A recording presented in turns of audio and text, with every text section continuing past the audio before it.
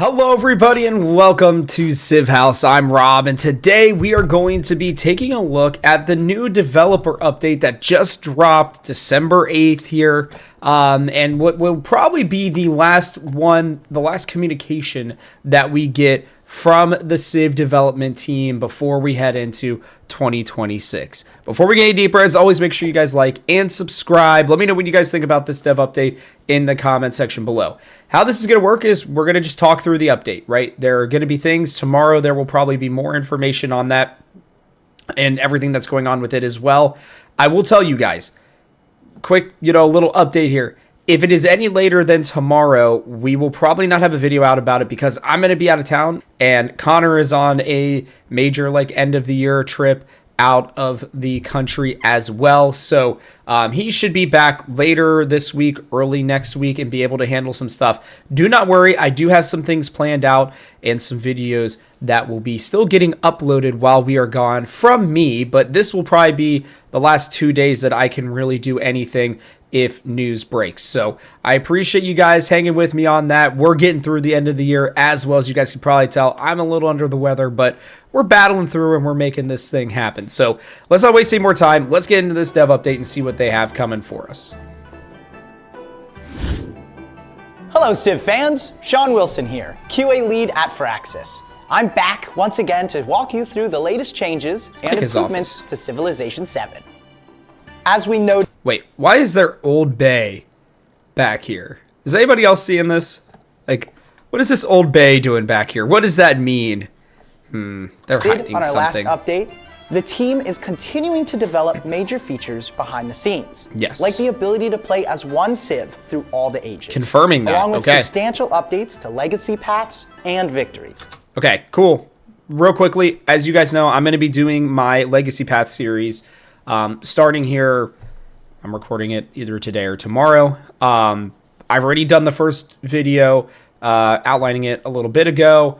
Now I'm going to be jumping into each one of the legacy paths up until, either the release comes out or until you guys tell me that you don't like it. But this is really good. It's confirming everything that they've kind of already put out there, but they're reiterating it for all of us, for all of you to know about. So very happy about that. I want to acknowledge up front that the update for 131 is going to be a little bit smaller than our past updates. That's but okay. There's still plenty to enjoy. You'll find balance tweaks, a new map type, and improvements to biomes, along with some other changes coming with the full patch notes. Biomes are good. Let's dive into the details. Let's do it. Our first priority for 131 was to continue our strategic balance pass efforts that we kicked off last month on individual civs. Not a bad thing. You'll find a healthy mix of nerfs and buffs to the following civs, including Egypt, Rome, America, Buganda, Russia, and Magal. Okay, interesting. We'll highlight a few key changes here, but there will be even more details. I would assume that Egypt is getting notes. nerfed. We've heard your feedback. That 130 made Egypt a little too powerful. Our bad.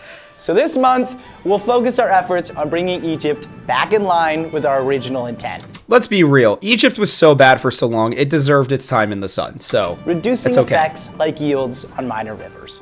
That's okay. For Rome, we've reworked the Auxiliae and Cursus Honorum traditions to provide value beyond just training units. That's good. Previously, both traditions were only impactful while producing military units, which discouraged players from keeping them slotted.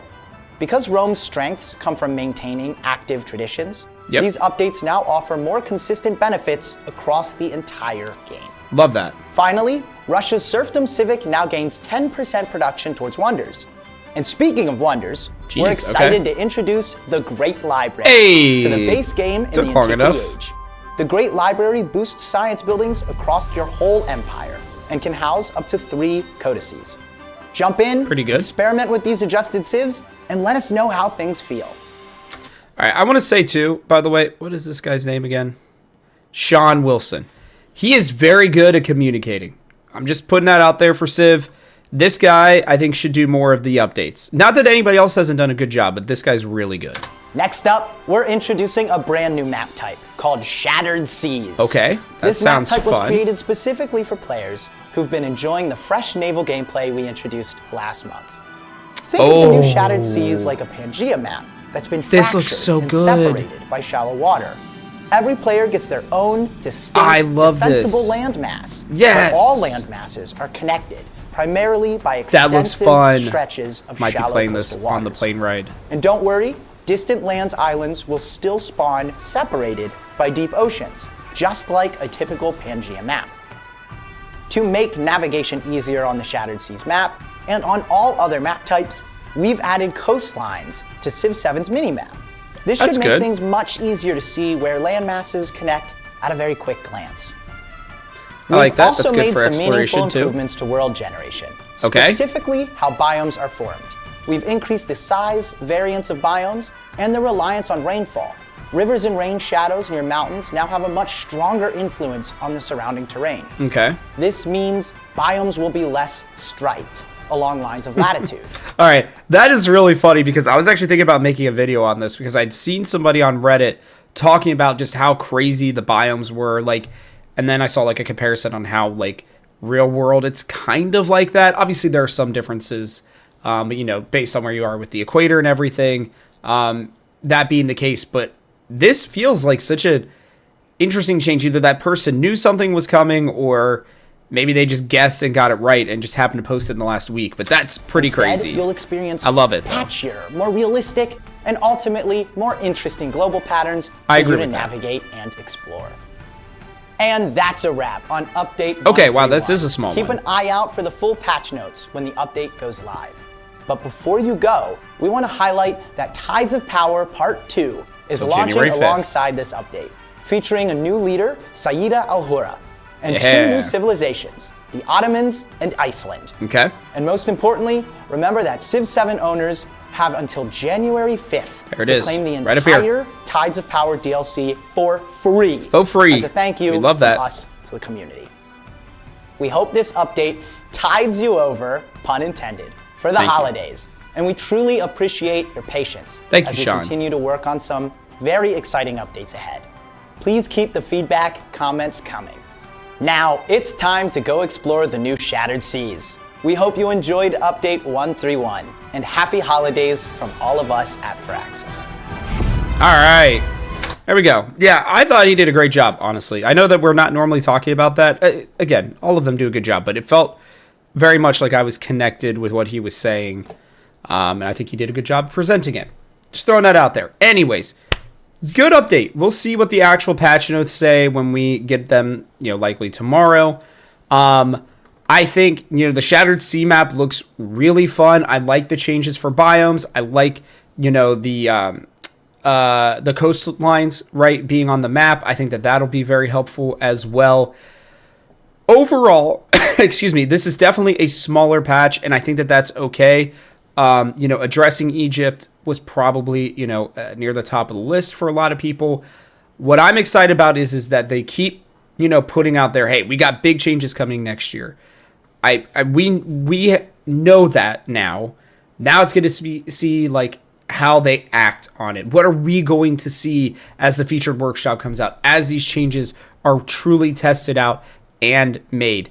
I'm really excited for the opportunity to do this. I think it's going to be really good, and I think that this game is going to get so much better. You know, there are numbers right now that are like, well, it's not looking great, and it's not, but like, if there's one thing I know about Civ games is that the fan base will come back, people will play it if some of these changes are implemented to be able to play one Civ or one way throughout the whole thing. I really have felt like since the beginning, legacy paths and victory paths have been the thing that I think needed to be changed as much as the age transitions. So I'm really glad to see that they are dealing with the way to how the game flows and how the game ends. And I think that those are all very important things going forward. This is a great update. It's a nice little update. They promised us they'd get us something in December that it'd probably be pretty small. This is pretty small, and that's okay considering all the other things that they are working on and considering it's the holiday season. And let's be real, like, a lot of people are taking off for the holiday season. Most of the time I don't, but this will be my first time doing it in a very long time as well. So I'm really excited about this. Let me know what you guys think. Which parts of it do you like? Which do you not like? Do you have any problems with it? Is this something that is going to dramatically change the way that you play your games? Probably not, but does it make it feel more lifelike, more enjoyable? Yes, I think that that is where we are heading towards And I just like it. It's a good little update. I'm hopeful that there will be more once we get to January, February. That's when I'm expecting some of the bigger things to start making their way to us. So, yeah, I think that's going to do it for us here on this one. I'll be back once the patch notes and everything officially come out. We'll do another video on that. And then, like I said, you guys will be getting Connor, I think, for the most part for the rest of this month. So thank you all from me specifically for following us so far in 2025. I'm really pumped for 2026. And that's going to wrap it up for us on this video. So from our house to yours, thanks for watching. And we hope you'll join us for one more turn.